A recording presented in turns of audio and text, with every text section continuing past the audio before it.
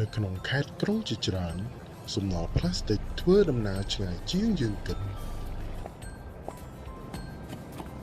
តើសម្រាមទាំងអស់នេះមកដល់ទីនេះដោយរបៀបណាហេប្រយ័ត្នកន្លែងនេះអ្នកដើរខ្ញុំឈ្មោះគិរី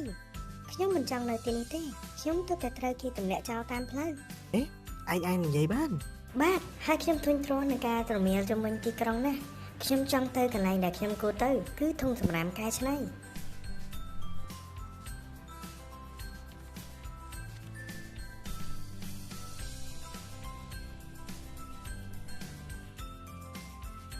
ពេលដែលអ្នកចោលសំណល់ផ្លាស្ទិកមិនបានត្រឹមត្រូវផ្លាស្ទិកវាមិនបានបាត់ទៅណាទេវាធ្វើដំណើរទៅកាន់លូទន្លេនិងសូម្បីតែមហាសមុទ្រ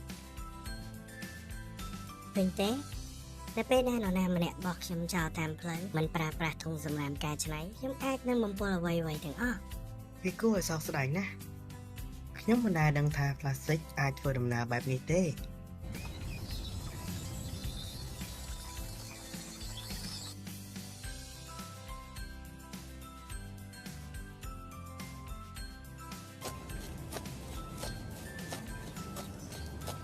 អូបងអូនកំពុងតែរកធុងសម្រាប់ដាក់សម្រាមមែនទេធ្វើអញ្ចឹងគឺល្អណាស់បងអូនបងហេតុអ្វីបានជាទីក្រុងយើងមានសំណល់ផ្លាស្ទិកច្រើនយ៉ាងនេះពីព្រោះមនុស្សជាច្រើនមិនបានដាក់សំណល់ផ្លាស្ទិកក្នុងធុងសម្រាមឲ្យបានត្រឹមត្រូវប្រសិនបើប្រជាជនគ្រប់គ្នាប្រើធុងសម្រាមបានត្រឹមត្រូវទីក្រុងយើងនឹងកាន់តែស្រស់ស្អាតពិតមែនហើយយើងមិនចង់មានបញ្ហាទេពួកយើងចង់កែច្នៃ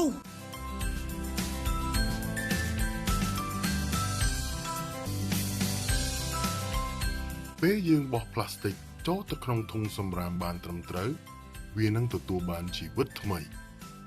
មើលចុះការកែច្នៃផ្ដល់ឲ្យយើងនៅឱកាសទី2ប្រសិនបើយើងទាំងអស់គ្នាបោះផ្លាស្ទិកទៅកន្លែងដែលវាគួរទៅខេត្តនិងទីក្រុងរបស់យើងនឹងកាន់តែស្រស់ស្អាតនិងមានសុវត្ថិភាពចូលរួមការពារបរិស្ថានរបស់យើងទាំងអស់គ្នាទីក្រុងស្អាតចាប់ផ្ដើមដោយជំរើសតែមួយប្រើធុងសម្រាមកាត់បន្ថយផ្លាស្ទិករក្សាប្រទេសកម្ពុជាឲ្យស្រស់ស្អាត